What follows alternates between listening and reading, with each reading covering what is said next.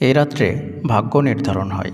আপনারা যারা নিজের ভাগ্যকে পরিবর্তন করতে চাইছেন তারা এই রাত্রিটি মিস করবেন না। আজকের এই ভিডিওতে আমরা এই রাত্রে কিভাবে দোয়া করলে নিজের ভাগ্য পরিবর্তন হবে বা ভাগ্য নতুনভাবে নির্ধারণ হবে সে বিষয়ে আলোচনা করবো ইনশাআল্লাহ। ভিডিওটি স্কিপ না করে শেষ পর্যন্ত মনোযোগ দিয়ে শুনবেন এবং প্রত্যেকের কাছে অনুরোধ করব আপনারা যারা যারা এই রাত্রে দোয়া করবেন অবশ্যই আপনারা ভিডিওর নিচে কমেন্ট করবেন।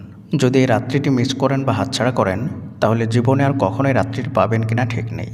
তাই অনুরোধ করব এই রাত্রিটি কোনোভাবেই হাতছাড়া করবেন না। আপনি হয়তো অনেক দিন থেকে দোয়া করছেন, জিকির করছেন, ইস্তিগফার করছেন, তাহাজ্জুদের সালাত আদায় করছেন, দোয়া কবুল করানোর জন্যে অনেক কিছুই করছেন, কিন্তু দোয়াও কবুল হচ্ছে না এবং নিজের ভাগ্যটাও পরিবর্তন হচ্ছে না। আজকে যে রাত্রিটি সম্পর্কে আলোচনা করব সেটি বছরে একবার আসে এবং এই রাত্রি প্রত্যেকটা মানুষেরই ভাগ্য নির্ধারণ করা হয়। আগামী এক বছর সেই ব্যক্তির সঙ্গে কি হবে বা সেই ব্যক্তি কি করবে সেগুলো এই রাত্রি পুনরায় নির্ধারণ করা হয়। তাহলে বুঝতে পারছেন এই রাত্রিটা কতটা গুরুত্বপূর্ণ রাত্রি, কারণ আপনি আগামী এক বছরে কি করবেন সেই ভাগ্যটা পুনরায় এই রাত্রিটি নির্ধারণ করা হয়। তাই রাত্রিতে যদি দোয়ার মাধ্যমে নিজের ভাগ্যকে পরিবর্তন করে নিতে পারেন, আগামীর জন্যে আল্লাহ তাআলা নতুন করে আপনার ভাগ্যকে আবারও নির্ধারণ করে দেবেন। পৃথিবীতে কোনো মাধ্যম নেই মানুষের ভাগ্য পরিবর্তন করার, শুধুমাত্র দোয়া ছাড়া। আল্লাহ তাআলা যদি আপনার দোয়াকে কবুল করে নেন তাহলে আপনার ভাগ্যে যেটা লেখা ছিল বা লেখা আছে সেটাকে পরিবর্তন করে দিয়ে আপনি যেটা চাইছেন বা আপনার যেটা প্রয়োজন সেটা লিখে দেবেন। মানে পুরো এক বছরে একটি রাত্রি এমন যে রাত্রে পুনরায় ভাগ্য নির্ধারণ করা হয়, আর সেই রাত্রিটি হলো শবে কদর বা লাইলাতুল কদর। কদর শব্দের অর্থ হচ্ছে ভাগ্য আর লাইলাতুন শব্দের অর্থ হচ্ছে রাত্রি। মানে এই রাত্রিকে বলা হয় ভাগ্য রজনী বা ভাগ্য রাত্রি। আমরা যে রাত্রিটির কথা বলছি সেটি বছরে একটি মাত্র রাত্রি। এই রাত্রিটি রমজান মাসের শেষ দশকে বিজোড় রাত্রিগুলোর মধ্য থেকে একটি রাত্রি। আবার কোনো কোনো হাদিসের মধ্যে এসেছে যে শেষ দশকের প্রত্যেকটা রাত্রিতেই এই রাত্রিটা তালাশ করার কথা বলা হয়েছে। মানে 10টা রাত্রি যদি আপনি জাগেন তাহলে 10টার মধ্যে কোনো একটা রাত্রি অবশ্যই আপনি লাইলাতুল কদর বা শবে কদর হিসাবে পেয়ে যাবেন ইনশাআল্লাহ। জীবনের যত চাওয়া পাওয়া আছে, যত দোয়া আছে, যত যা কিছু প্রয়োজন আছে সব কিছুই এই রাত্রিতে চেয়ে নিন আল্লাহ তাআলার কাছ থেকে। আপনারা যারা আজকে ভিডিওটি দেখছেন তাদের জন্য ইনশাআল্লাহ আগামীতে এখনও অনেকগুলো সুযোগ আছে, কারণ অনেকগুলো বেজোড় রাত্রি আছে। এই রাত্রিতে কিভাবে দোয়া করবেন সেটাকে আপনাদেরকে বলি, তারপরে বলবো যে এই রাত্রের কিছু আলামত বা নিদর্শন।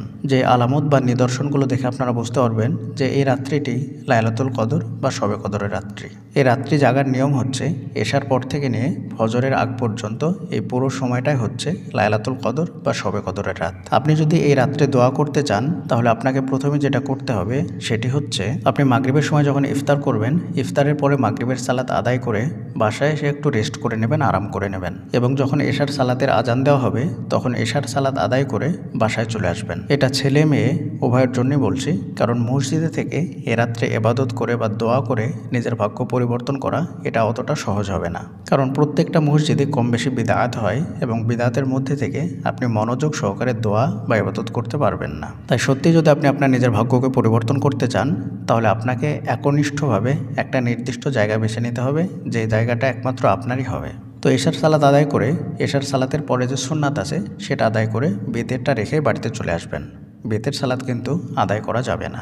বাসায় এসে নিজের কন্ডিশন বুঝবেন যে আপনার শারীরিক অবস্থা কেমন। আপনার শারীরিক অবস্থা যদি খুব ভালো থাকে, সুস্থ থাকেন, সবল থাকেন, আপনার যদি এমনটা মনে হয় যে আমি সারা রাত্রি যদি ফজর পর্যন্ত জাগি বা জাগতে পারি তাহলে পরের দিন আপনার কোনো সমস্যা হবে না, বা রাত্রি জাগতে গিয়ে ফজর পর্যন্ত আপনি একনিষ্ঠভাবে সুন্দরভাবে সুস্থভাবে জাগতে পারবেন, কোনো সমস্যা হবে না, তাহলে আপনি এশার পর থেকেই ইবাদত, জিকির আজকার এবং দোয়া দরুদ শুরু করে দেন। আর যদি এমনটা মনে হয় যে এশার পর থেকে জাগতে জাগতে মধ্যরাত্রে বা শেষ রাত্রিতে গিয়ে আপনার ঘুম চলে আসবে তাহলে এশার পর থেকে আপনি জাগতে পারবেন না, কারণ রাত যত গভীর হবে এবং রাত যত শেষের দিকে আসবে ততই এই রাত্রিটা গুরুত্বপূর্ণ হয়। তাই শুরুর দিকে আপনি একটু ঘুমিয়ে নিলে বা রেস্ট করে নিলে কোনো সমস্যা হবে না, কিন্তু শেষের দিকে আপনাকে জাগতেই হবে, কারণ শেষের দিকটা অত্যন্ত গুরুত্বপূর্ণ। তাহলে আপনার পরিস্থিতি বুঝে, যদি পরিস্থিতি ঠিক থাকে তাহলে এশার পর থেকে আপনি আপনার রুমের দরজা লাগিয়ে ইবাদত, দোয়া দরুদ শুরু করে দেন। আর যদি পরিস্থিতি এমন হয় যে আপনার শরীর ঠিক নেই তাহলে 1 থেকে 1.5 ঘন্টা মতো ঘুমিয়ে নেবেন। মোটামুটিভাবে 10:30 বা 11টার মধ্যে আপনাকে জেগে উঠতে হবে। আবার এমনটা যেন না হয় যে এই টাইমটুকুর মধ্যে ক্লান্তি দূর করতে গিয়ে সারা রাত্রে আপনার আপনার পার হয়ে গেল এবং ফজরের টাইমে আপনার ঘুম ভাঙলো, এমনটাও যেন না হয়। সেটা আপনাকে ভালোভাবে সতর্কতা অবলম্বন করতে হবে বা ভালোভাবে সতর্ক থাকতে হবে। তারপরে যখন থেকে আপনি রাত্রি জাগা শুরু করবেন তখন থেকে আপনি মাত্র কয়েকটি কাজ করতে পারবেন, আর সেগুলি হলো কোরআন তেলাওয়াত, জিকির আজকার বা সালাত আদায় করা। তবে আপনার যেহেতু দোয়া কবুল করাতে হবে বা দোয়া করতে হবে, তাই দোয়ার দিকে একটু বেশি মনোযোগ দিবেন এবং এই রাত্রের একটি নির্দিষ্ট দোয়া আছে, সেই দোয়াটি বারবার পড়বেন। আমরা ডেসক্রিপশনে দোয়াটি লিখে দিচ্ছি এবং এখানে আমি বলে দিচ্ছি। দোয়াটি হচ্ছে আল্লাহুম্মা ইন্নাকা আফুব্বুন তুহিব্বুল আফওয়া ফাআফু আন্নি। তো যাই হোক, যখন থেকে আপনি রাত্রি জাগা শুরু করবেন তখন সুন্দরভাবে ওযু করে রুমের মধ্যে এসে জায়নামাজ বিছিয়ে সালাতে দাঁড়িয়ে যাবেন। সালাতে দাঁড়িয়ে সালাতের প্রথমে যে দোয়া আছে সেই দোয়াটা পড়ে নেবেন, তারপরে সূরা ফাতিহা পড়বেন। সূরা ফাতিহা পড়ার পর আপনার যতটুকু কোরআন মুখস্থ আছে বা যতগুলো সূরা মুখস্থ আছে সেগুলোই বারবার পড়তে থাকবেন। বিশেষ করে প্রত্যেক রাকাতেই যে কোনো একটা সূরা পড়লেন সূরা ফাতিহার পরে, তারপরে প্রত্যেক রাকাতেই সূরা ইখলাস বা কুল হু সূরা পড়ার চেষ্টা করবেন। মানে প্রথমে আপনি সূরা ফাতিহা পড়লেন, সূরা ফাতিহার সঙ্গে যে কোনো একটা সূরা পড়ে নিলেন, তারপরে প্রত্যেক রাকাতেই সেই সূরার পরে সূরা ইখলাস বা কুল হু সূরা পড়বেন। এবং আপনার যদি মাত্র অল্প কয়েকটা সূরা মুখস্থ থাকে তাহলে ওই সূরাগুলোই প্রত্যেক রাকাতে বারবার পড়বেন। যতক্ষণ আপনি দাঁড়িয়ে থাকতে পারবেন ততক্ষণ পর্যন্ত একই সূরা বারবার ঘুরে ঘুরে পড়বেন। তারপর আপনি রুকুতে গেলেন, রুকু থেকে উঠে যখন আপনি সিজদায় যাবেন, সিজদায় গিয়ে প্রথমে আপনি সিজদার যে দোয়া আছে সেগুলো পড়বেন। তারপরে আপনি দরুদ শরীফ পড়বেন। দরুদ শরীফ পড়ার পরে আপনার যেটা প্রয়োজন সেটা আল্লাহকে বারবার বলবেন এবং কান্না করে করে কান্না জড়িত কণ্ঠে বলবেন। যেহেতু সিজদার শুরুতে আপনি সিজদার যে দোয়া আছে সেটি পড়ছেন, তার মানে এটা দ্বারাই আল্লাহ তাআলার প্রশংসা হয়ে যাচ্ছে। আবার মনে রাখবেন সিজদাতে যেন কোনোভাবে কোরআনের আয়াত তেলাওয়াত না করেন, কারণ সিজদাতে কোরআনের আয়াত তেলাওয়াত করা হারাম বা তেলাওয়াত করা যাবে না। তাই সিজদার দোয়াটাই আল্লাহ তাআলার প্রশংসা হয়ে যাবে। এবং দরুদ শরীফ যেহেতু একটি দোয়া, তাই দরুদ শরীফ আপনি সিজদাতে পড়তে পারবেন, কোনো অসুবিধা নেই। এবং দরুদ শরীফ পড়ার পরে আপনি বাংলায় নিজের ভাষাতে যে কোনো ভাষাতে আপনি দোয়া করতে পারবেন, যেটা আপনার মাতৃভাষা, যেটা আপনার প্রয়োজন সেটা আপনি বারবার আল্লাহ তাআলাকে বলুন। বলতে বলতে যখন আপনার চোখ দিয়ে পানি চলে আসবে বা আপনি যখন ক্লান্ত হয়ে যাবেন তখন মাথা উঠিয়ে নিন সিজদা থেকে। যেভাবে সিজদা থেকে মাথা ওঠায় নামাজে আল্লাহু আকবার বলে মাথা উঠিয়ে নেবেন এবং দুই সিজদার মাঝে দোয়া আছে সেটা পড়বেন। পড়ার পরে পুনরায় আপনি সিজদায় চলে যাবেন। সালাম ফিরানো হয়ে গেলে তারপরে আপনি যদি মনে করেন কিছুটা কোরআন তেলাওয়াত করলেন অথবা ইস্তেগফার করলেন, দরুদ শরীফ পাঠ করলেন। ইস্তেগফার, দরুদ শরীফ বা কোরআন তেলাওয়াত করতে করতে যখন আপনার শরীরের ক্লান্তি দূর হয়ে যাবে, পুনরায় আপনি আবারও 2 রাকাত সালাতে দাঁড়িয়ে যান। মনে রাখবেন এই প্রত্যেকটা সালাতই হচ্ছে কিন্তু নফল সালাত। এশার পর থেকে নিয়ে ফজর পর্যন্ত এই মধ্যবর্তী সময়ে যে সালাতগুলো আদায় করা হয় সেটার 3টে নাম আছে। রাত্রের প্রথম অংশ আদায় করলে সেটাকে বলা হয় তারাবি, এবং গভীর রাত্রে আদায় করলে সেটাকে বলা হয় কিয়ামুল লাইল বা তাহাজ্জুদ। এবং আরও একটা জিনিস আমাদেরকে মনে রাখা দরকার যে ফরজ সালাত বাদে আমরা যত সালাত আদায় করি সবগুলোই কিন্তু নফল সালাত। এবং রাত্রিবেলাকার নফল সালাতের নিয়ম হচ্ছে 2 রাকাত করে 2 রাকাত করে আপনি 8 রাকাত সালাত আদায় করবেন, যে পদ্ধতিতে বললাম সেই পদ্ধতিতে। এবং শেষের দিকে 3 রাকাত বিতের সালাত আদায় করবেন। রাত যত গভীর হবে আপনি তত সুন্দরভাবে দোয়া করার চেষ্টা করবেন এবং রাতের শেষের দিকে আরও বেশি মনোযোগ সহকারে দোয়া করার চেষ্টা করবেন। এর মাঝে যদি আপনার ঘুম পায় তাহলে কখনোই ঘুমাতে যাবেন না। ঘুমানো নিষেধ নয়, কিন্তু আপনি যদি ঘুমাতে যান তাহলে অধিকাংশ সময় এমন হয় যে পুনরায় আপনি আর রাত জাগতে পারবেন না, কারণ একবার ঘুমিয়ে গেলে আপনি আর উঠতে পারবেন না। আর উঠতে পারলেন না মানে এই রাতের যে সৌন্দর্য বা এই রাতের যে ফজিলত সেটা আপনি মিস করবেন। এই রাত্রে ফেরেশতা এবং রূহ অবতীর্ণ হতে থাকে বিইজনি রব্বিহিম মিন কুল্লি আমর, আর এগুলো আল্লাহ তাআলার আদেশেই অবতীর্ণ হতে থাকে।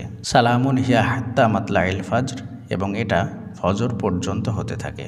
ফজর পর্যন্ত সালাম বা শান্তি নাজিল হতে থাকে। তাই অবশ্যই খেয়াল রাখবেন যে ফজরের আগ পর্যন্ত যেন আপনি সুন্দরভাবে জাগতে পারেন। আল্লাহ তাআলা বান্দার সবচাইতে নিকটবর্তী হয় শেষ রাত্রে, এবং বান্দা আল্লাহ তাআলার নিকটবর্তী হয় সিজদারত অবস্থায়। তাহলে 4-5টা জিনিস যখন একত্রিত হয়ে যাচ্ছে সেক্ষেত্রে দোয়া কবুলের সম্ভাবনা অধিক গুণ বেড়ে যায়। এবার বলবো এ রাত্রের কিছু আলামত বা নিদর্শন, যেগুলো হাদিস এবং কোরআন থেকে প্রমাণিত। এ রাত্রের বেশ কিছু আলামত বা নিদর্শন আছে। তার মধ্যে একটি হচ্ছে এই রাত্রিটা নাতিশীতোষ্ণ হবে, মানে গরমের সময় হলে অধিক পরিমাণে গরম পড়বে না, আর যদি শীতের সময় হয় তাহলে অধিক পরিমাণে শীত পড়বে না। মধ্যম পন্থা অবলম্বন করে থাকবে। রাত্রিটা অনেক সুন্দর হবে এবং রাত্রিটা সফট লাইটের মতো উজ্জ্বল হবে, মানে কোনো আলো থাকবে না, তারপর রাত্রিটা মনে হবে যে সুন্দর লাইট লাইট ভাব লাগবে। তারপর কিছু কিছু হাদিসের মধ্যে এসেছে যে এই রাত্রে বৃষ্টি হতে পারে এবং এই রাত্রিটা যে রাত্রে হবে তার পরের দিন সকালে যখন সূর্যটা উঠবে তখন সূর্যটা অনেক সফট থাকবে, মানে সূর্যের আলোটা তীক্ষ্ণ হবে না এবং সেই পুরো দিনটাই অনেক সুন্দর থাকবে, সফট থাকবে, নরম থাকবে। সেই দিনে অধিক পরিমাণে সূর্যের আলো বা তাপমাত্রা হবে না এবং সেই রাত্রে সুন্দর হালকা বাতাস হতে পারে এবং প্রত্যেকটা জিনিসই সেই রাত্রে সিজদা অবনত থাকবে আল্লাহর দরবারে। এই ছিল লাইলাতুল কদর বা শবে কদরের কিছু নিদর্শন। এছাড়াও আরও কিছু নিদর্শন আছে, তবে এই নিদর্শনগুলো যদি থাকে কিছু একটা, তাহলে বুঝে নেবেন যে এই রাত্রিটাই লাইলাতুল কদরের রাত্রি ছিল। পরিশেষে আল্লাহর দরবারে দোয়া করি আল্লাহ তাআলা যেন আমাদের সকলকে এই রাত্রিটা সুন্দরভাবে জেগে নিজের ভাগ্যকে পরিবর্তন করে নেওয়ার তৌফিক দান করুন। আমিন। আসসালামু আলাইকুম ওয়া রাহমাতুল্লাহি ওয়া বারাকাতুহু।